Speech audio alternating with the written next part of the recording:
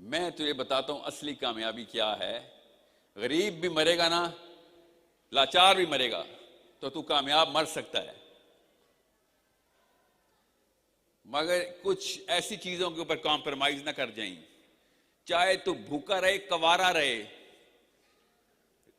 तुझे रेडी वाले भी कहेंगे यार तू तो हमसे पैसे ले लिया कर, तब भी एक चीज पे कॉम्प्रोमाइज ना करी।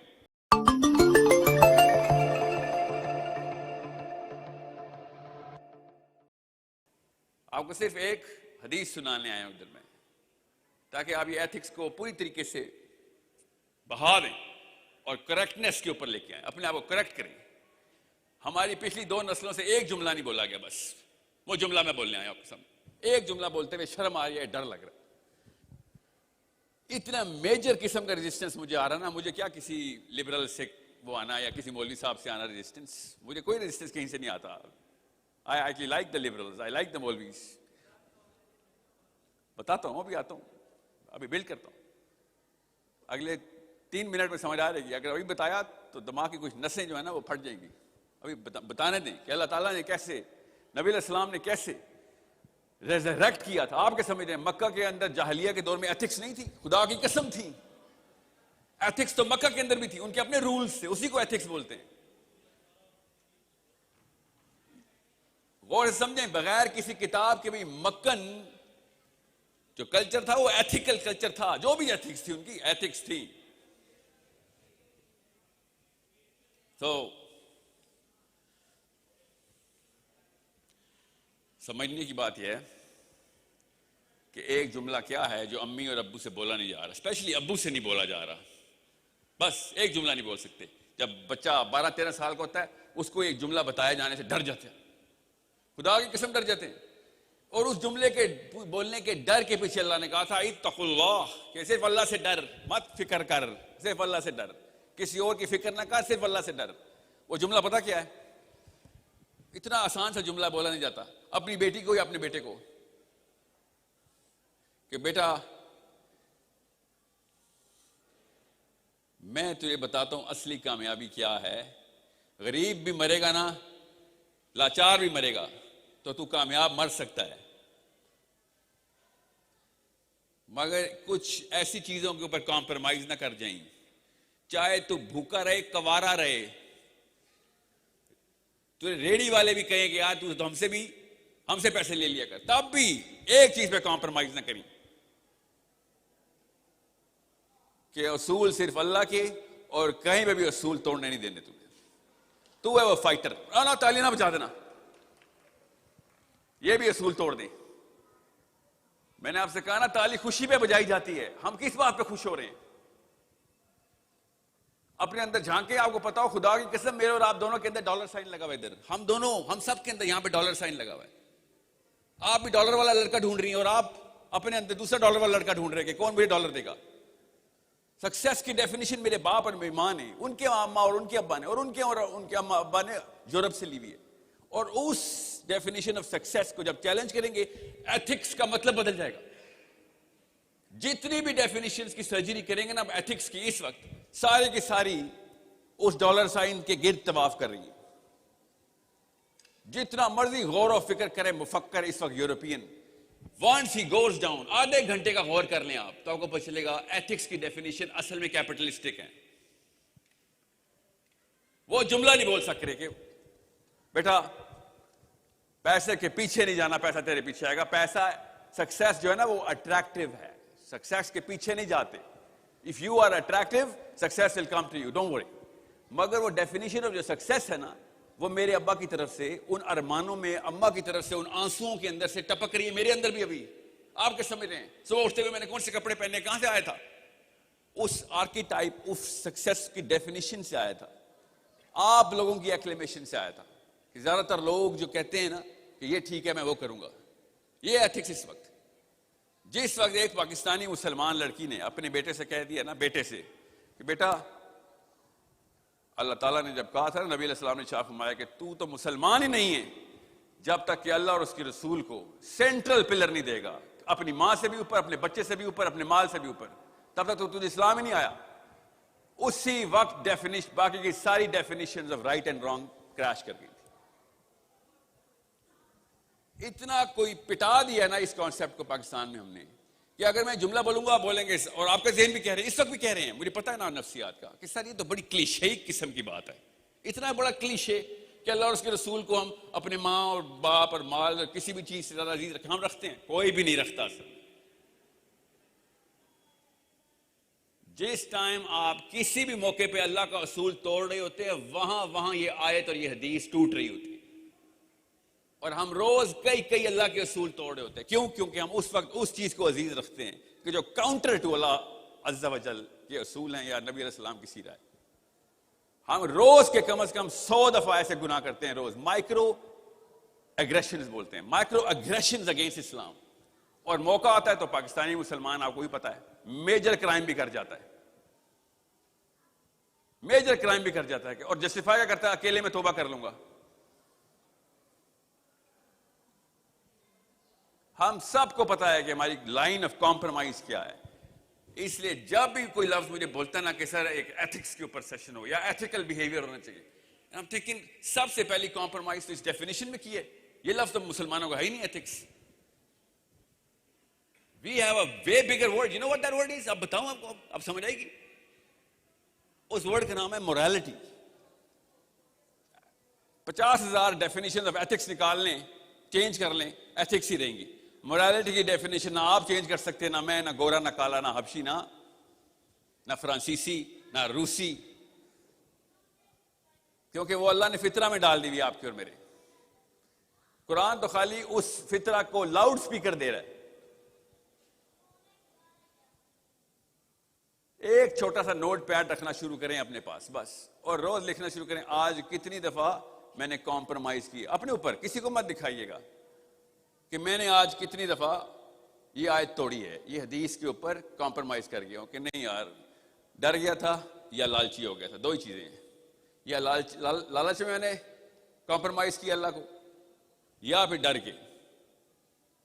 लड़के ज्यादातर लालच में कर रहे हैं और लड़कियां ज्यादातर डर के। That's it. लालचियां आपको भी हैं, फिक्र नहीं करें, मगर ओवरऑल स्टेटिस्टिक्स ये बता रही है कि आपको डरा के हम गैर मुस्लिम कर रहे हैं और आपको बहका के गैर मुस्लिम कर रहे हैं, बहला फुसला के। सो किसी गोरे से खुदा का वास्ते एथिक्स की डेफिनेशन ना ले लें, ये लफ्ज डिलीट करें। ये मुसलमान को जेब नहीं देता कि नए नए लफ्ज निकालता रहे। मोरालिटी अल्लाह ताला खुद बता रहे हैं, नबी अलैहिस्सलाम खुद बता रहे हैं। एथिक्स की डेफिनेशन गोरों को भी पता है कि हर 10 साल बाद चेंज कर रहे हैं, उनको खुद भी पता है। They are not even convinced themselves. Temporary एक इसे कहते हैं ना इक्विलिब्रियम स्टेट को जस्टिन ट्रूडो भी इस वक्त मेंटेन करने की कोशिश कर रहा है। अभी जो बाइडेन ने साइन कर दिया ना नए एथिकल डॉक्यूमेंट पे, 10 दिन हुए ना, 15 दिन हुए। The biggest possible blow to the older definition of ethics कर दिए ना उसने। हम भी कर देंगे, फिक्र नहीं करें। लॉ तो पाकिस्तान में भी यही है, उसने खाली साइन किए हुए, हमने खाली एक्ट डाला हुआ है, ग्रे एरिया छोड़ा हुआ हमने। पाकिस्तान में भी लड़का लड़के से शादी कर सकता है, हमें भी पता है। दूसरे को वाली एक्स डिक्लेयर करवाना है हमने। डेफिनेशंस ऑफ एथिक्स सिर्फ और सिर्फ मेरी और आपकी, चिली में बैठे हुए एक बंदे की भी वही डेफिनेशन ऑफ मोरालिटी है, और हमने डेफिनेशन ऑफ एथिक्स डाल के अपने आप को आइसोलेट कर दिया। किससे? अपने ईमान से। अब मैं आपको वो हदीस पूरी सुनाता हूं ताकि आपको पता चले कि मेरी रूह क्यों कांप जाती है। उमर खत्ताब रज़ियल्लाहु अन्हु को नबी अस्सलाम ने जब हदीस बताई ना, क्या उमर कोई भी इंसान तब तक मोमिन नहीं हो सकता जब तक कि वो सेंट्रल पिलर अल्लाह और उसके रसूल का रखता हो। क्या मतलब या रसूलल्लाह? नबी अस्सलाम ने कहा कि अब तू अपने माँ, अपने नफ्स, अपनी माँ बाप, अपने बहन भाई, अपने बच्चों, अपने माल, किसी भी चीज से ज्यादा अल्लाह और उसके रसूल को नहीं रखता तो ईमान नहीं आया तेरे ऊपर। और ओपननेस और ट्रांसपेरेंसी देखें नफ्स की, तज़किया ये होता है कि उमर खत्ताब ने कहा कि या रसूलल्लाह, मैं अपने माँ बाप से भी ज्यादा अजीज रखता हूं आपको, अपने बच्चों से भी, मगर अपने नफ्स से ज्यादा तो अजीज नहीं रखता मैं। तो नबी अस्सलाम ने शाह फरमाया कि उमर तब तक ईमान तकमील पे नहीं पहुंचेगा। उमर खत्ताब फिर अगली दफा दोबारा अगली मजलिस में आए और कहा या रसूलल्लाह, अब मैं आपको अपने नफ्स से भी ज्यादा अजीज रखता हूं। ये 24 घंटे में क्या हुआ था जरा सोचें। क्या हुआ था? ये पाकिस्तान में क्यों 2 नंबरी चल रही है कि प्यार मोहब्बत की ये हदीस है? ये प्यार मोहब्बत की हदीस नहीं है। 24 घंटे में प्यार हो गया था। उन्होंने कैथारसिस किया, जाके कैथारसिस पढ़े साहबा की सीरा, आपको पता चले कि ऐसी क्या चीज है जो मुझे मेरे नफ्स और मेरे नबी के बीच में डेफिनेटिव डेफिनेशन नहीं दे रही, clear black and white definition नहीं दे रही कि मेरा नबी ऊपर है, मेरा नफ्स नीचे। ये इश्क की दास्तान नहीं थी, ये कुर्बानी की दास्तान थी कि हां, इसका मतलब ये है कि मैं जब नफ्स की बारी आएगी तो कई जगह पे कुछ ऐसी चीजें इस्लाम की भी कॉम्प्रोमाइज कर सकता हूं। ये कैथारसिस करके वापस आए हो कि अब नहीं कॉम्प्रोमाइज होनी, चाहे मेरा कुछ भी नुकसान हो रहा हो, इस्लाम के लिए काफी है, मेरा कोई भी फायदा हो इस्लाम के लिए कुर्बान है। ये लेवल था जिससे real ethics, the true ethics, Islamic ethics define हो रही थी। आप बताएं किधर किधर हमने कुर्बानी देनी होती? हम सबको पता है हम कुर्बानी नहीं दे सकते, पब्लिक में शायद फिर भी दे दें, अकेले में नहीं कुर्बानी दे सकते। हुसैन अलैहिस्सलाम ने कहा कि मोमिन सिर्फ तन्हाई का मोमिन है। अब पब्लिक में तो सारे ही मोमिन होते हैं, तन्हाई के अंदर पता चलता है कि तू जब अल्लाह तेरा रब अकेला होता है तो अपना कैथारसिस कर सकता है।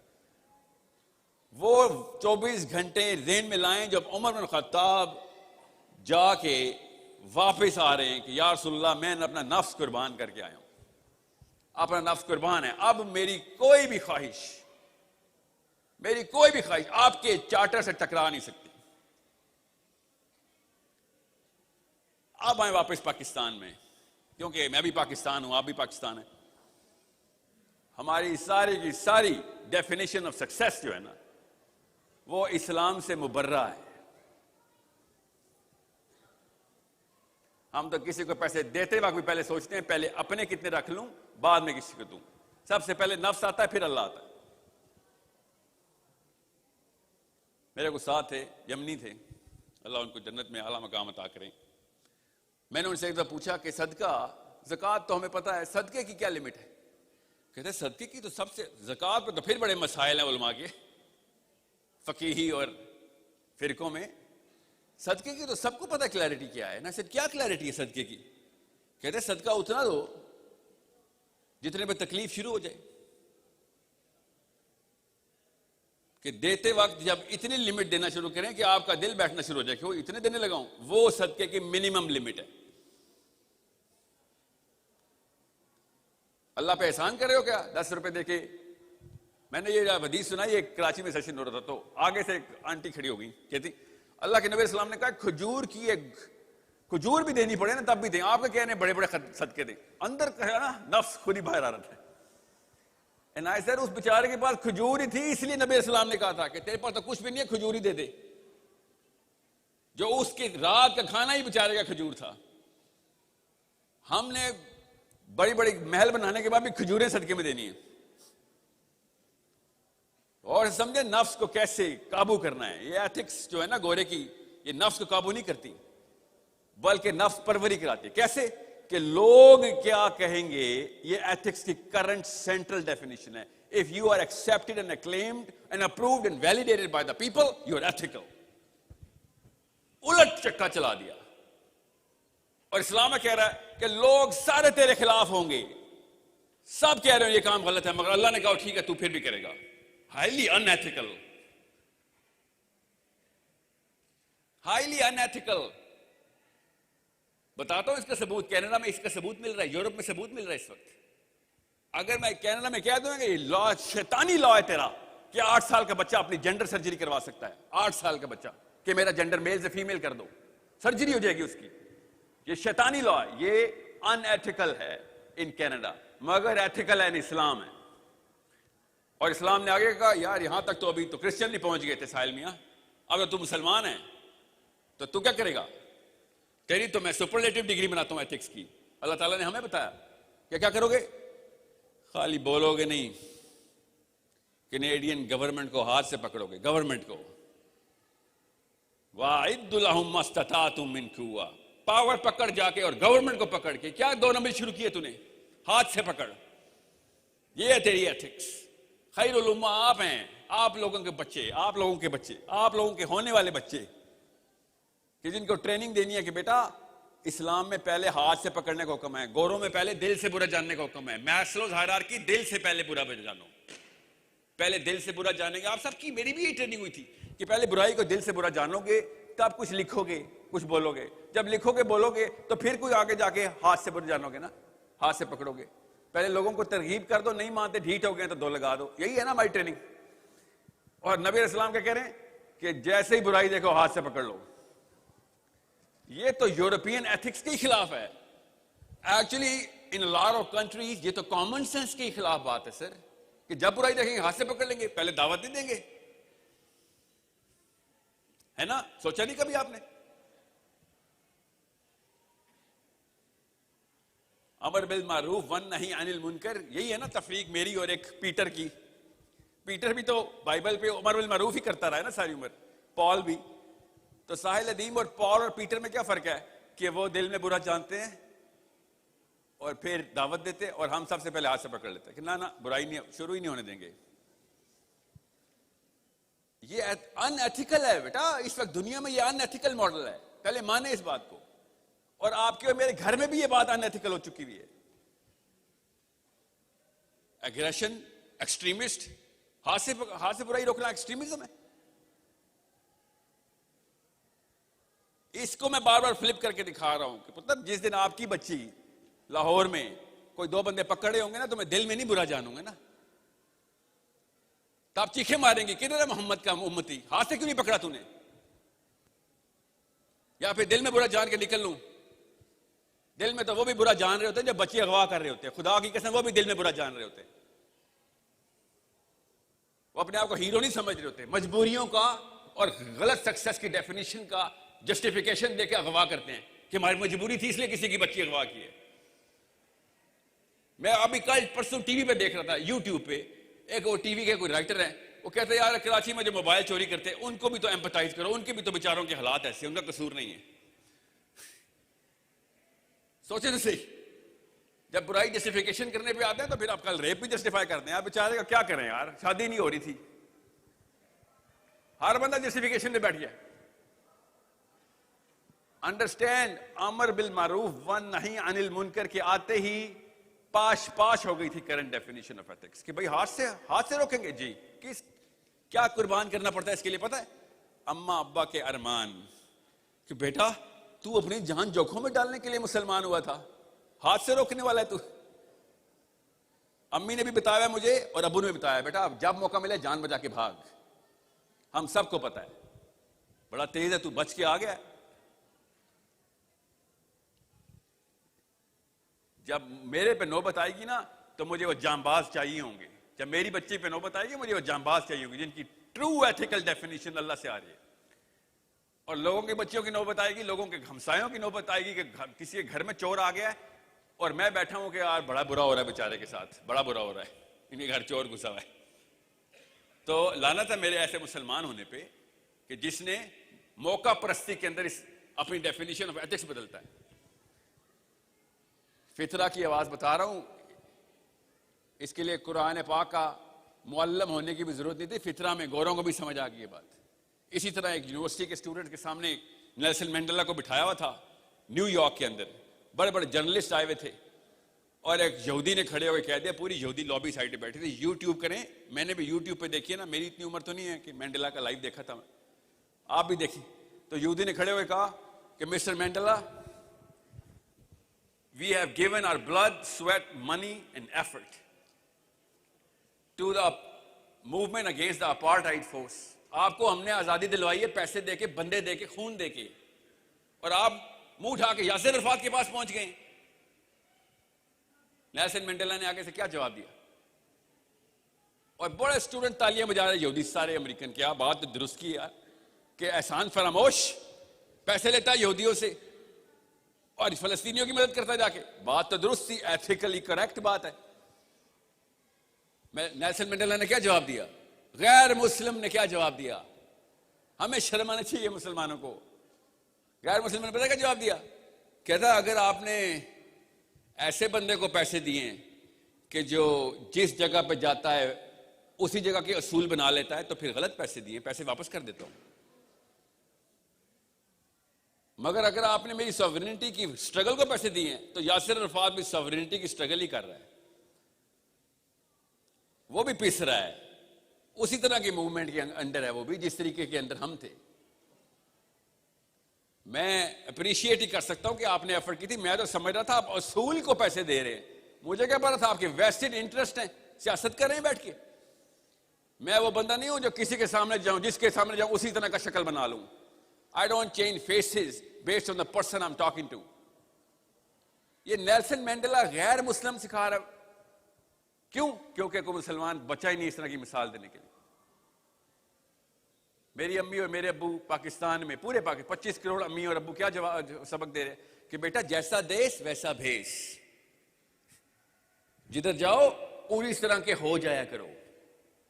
ये सक्सेस है, वर्सेटिलिटी है, सीवी के ऊपर लिखा होता है वर्सेटिलिटी सर, ट्रांसफरेबल स्किल्स।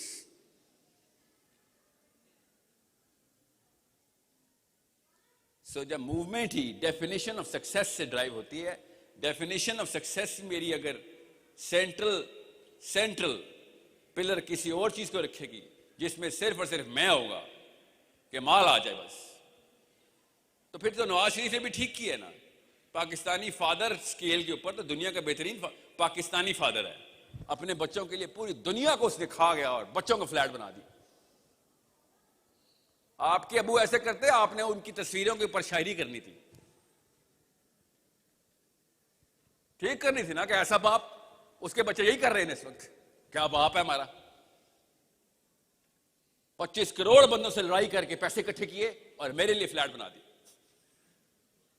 नस्लें तर गई। यही है ना हमारे भी मां बाप के जुमले, माने तो सही, नस्लों, अब नस्लों को काम नहीं करना पड़ेगा। ये जुमले नहीं बोल दिए थे पाकिस्तानी घरों में, नस्लों को काम नहीं करना पड़ेगा अब तो, इसकी तो बैठ के खाएंगी पुश्ते। पाकिस्तानी मर्द हैं, हम सबको पता है। अभी मैं बताता हूं, 2 सवाल मुझसे पूछे, जिसने बेस्ट सवाल किया उसको 3 लाख रुपए महीने की जॉब अभी देता हूं अपनी कंपनी में। देखें कैसा दिमाग चलता है।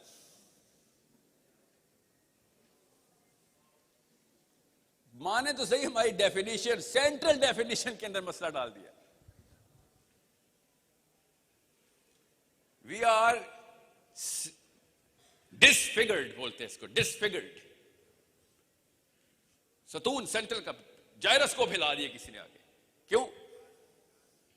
बस पीछे से चली आ रही थी कथा, ऐसे पिसे थे हम विक्टोरिया की गुलामी में कि हमने कहा भाई इस वक्त जिसके पास जो रिसोर्सेज है ना वो कामयाब है। बस जिधर जाओ Abdul Rahman bin Auf, Usman Ghani. Sahil मियां कंफ्यूज कर रहे हो, उस्मान गनी के पास इतने पैसे थे रज़ी अल्लाह अन्हु के पास, Abdul Rahman bin of billionaire थे, तुम कंफ्यूज कर रहे हो। आपके पास बिलियन नहीं ट्रिलियनियर भी हों, मगर अगर आप चाह ये रहे ना तो फिर आप साबी नहीं हैं। वो नहीं चाह रहे थे, वो अल्लाह रसूल ही चाह रहे थे। किसी को किसी भी शक में मत आना चाहिए कि रिसोर्सेज अल्लाह ताला ने इस निज़ाम में, इस्लाम में पैसा जो है वो टेस्ट के तौर पे दिया हुआ है।